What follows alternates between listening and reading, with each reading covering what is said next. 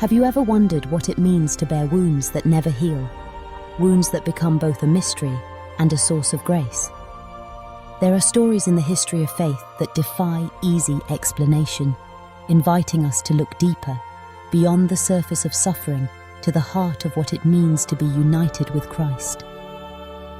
Among these stories stands the life of Saint Pius of Pietrelcina, better known as Padre Pio, a humble Italian priest who bore the visible wounds of Christ and through his suffering became a beacon of hope, mercy, and faith for generations. Padre Pio's journey began in a small village in southern Italy. Born Francesco Forgione in 1887, he grew up in a family marked by both poverty and devotion. Even as a child, Francesco felt the stirrings of a great love for God. He spent long hours in prayer, and his heart was set on a life of dedication. When he was just 15, he joined the Capuchin friars, taking the name Pio in honor of Pope Pius I.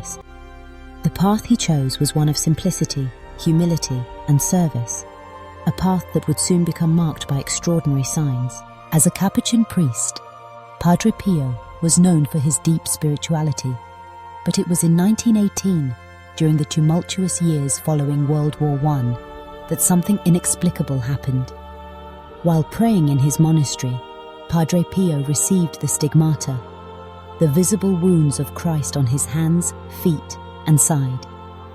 These wounds bled and caused him intense pain, yet they became the outward sign of an inner union with the suffering Jesus. News of the stigmata spread quickly, and soon pilgrims began arriving from across Italy and beyond, seeking to witness this phenomenon and to encounter the priest whose life seemed to mirror the passion of Christ. But the wounds were only the beginning. Padre Pio was also known for gifts that defied logic and natural explanation. There were stories of bilocation, of him appearing in two places at once, offering comfort to those in far-off lands while remaining in his monastery. He was said to have the gift of healing, both physical and spiritual, and his words in confession penetrated hearts with uncanny accuracy. People reported miraculous recoveries, conversions, and moments of profound peace after meeting him. Yet through all these wonders, Padre Pio remained focused not on himself, but on Christ, insisting that every grace came from God alone. The priest's days were marked by sacrifice and service. He spent long hours in the confessional, sometimes more than 16 hours a day, listening to the struggles and sorrows of those who came to him. His spiritual counsel was gentle, but uncompromising, urging people to turn away from sin and toward the mercy of God. For many, a moment with Padre Pio was a turning point, a chance to begin anew, to find hope in the midst of pain. He carried his own sufferings quietly, never seeking attention or pity. Behind closed doors, the pain of the stigmata was intense, and he endured frequent fevers, headaches, and weakness. Yet he pressed on, trusting each day to the providence of God. Not everyone understood or accepted the extraordinary signs in Padre Pio's life. Some ridiculed him, others doubted the authenticity of his wounds. He was subjected to investigations, restrictions, and skepticism, even from within the church he served. At times, he was forbidden to celebrate Mass publicly or to meet with pilgrims. These trials brought a different kind of suffering, testing his patience and his faith. But through it all, Padre Pio remained steadfast. He responded to misunderstandings with humility, never retaliating or complaining, but offering his pain for the redemption of souls. In his eyes, suffering was not an obstacle but a gift, a chance to share in the mystery of Christ's love.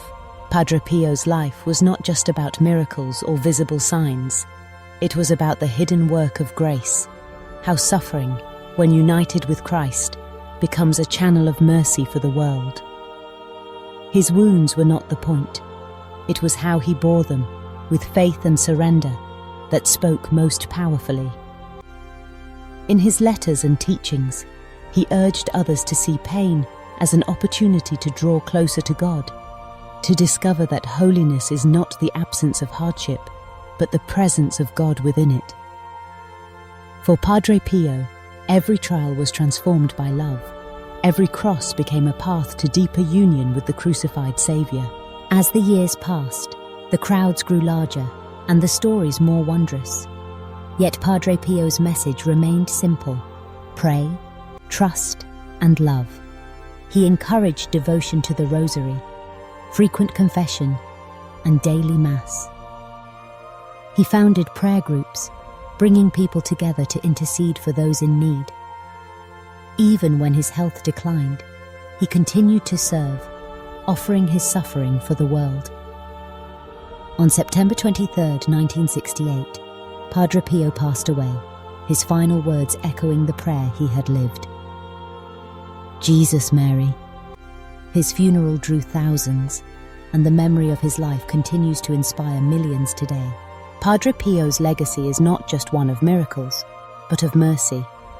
His story invites us to look at our own wounds, those hidden pains, daily struggles, and quiet sacrifices, and discover that they too can become paths to grace. We may not bear the visible stigmata, but each moment of suffering, each act of surrender, each step taken in faith has the power to unite us with Christ. Holiness is not reserved for the extraordinary. It is found in the ordinary trials of life, embraced with trust, love, and hope. In a world that often seeks comfort and avoids pain, Padre Pio stands as a witness to a deeper truth, that suffering, when offered to God, becomes a source of transformation. His life reminds us that the greatest miracles are not always the ones we see, but the ones we live, when we choose to carry our crosses with courage, when we welcome God's presence into our weakness, when we turn our wounds into wells of compassion for others. May the example of Padre Pio inspire us to see our own struggles in a new light.